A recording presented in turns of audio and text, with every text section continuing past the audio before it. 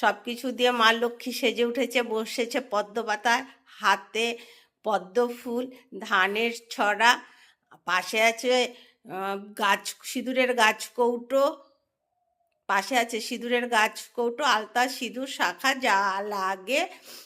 মা লক্ষ্মী সব কিছু নিয়ে বসে আছে। আছে ময়ূরের পুচ্ছ, তার পাশে আছে তিনটে ভরা, একটাতে আছে ধান, আছে মাসকলাই, আছে সর্ষে, একটাতে আছে শঙ্খের নাভিকড়ি আর পদ্ম ফুলের বীজ, আরেকটাতে আছে রূপোর কাঁচা টাকা, যেটা আমাদের অক্ষয় তৃতীয়াতে লাগে প্রতি বছর, সেইগুলো। আর আছে ঘি, ভরার উপরে ঘিয়ের প্রদীপ, এটা মোটামুটি সারা দিন রাতি জ্বলবে। এখানে আছে ভরা খইয়ের মুরগি নাড়ু দিয়ে একটা, একটা আছে তিলের নাড়ু, একটা আছে নারকেলের নাড়ু, আছে আটকালাই ভাজা, আর আছে খেজুর, সুজি, পায়েস, ফল, মিষ্টি। এখানে আছে পূর্ণ নৈবেদ্য, আছে 5 ফল, কলা, পান, সুপরি।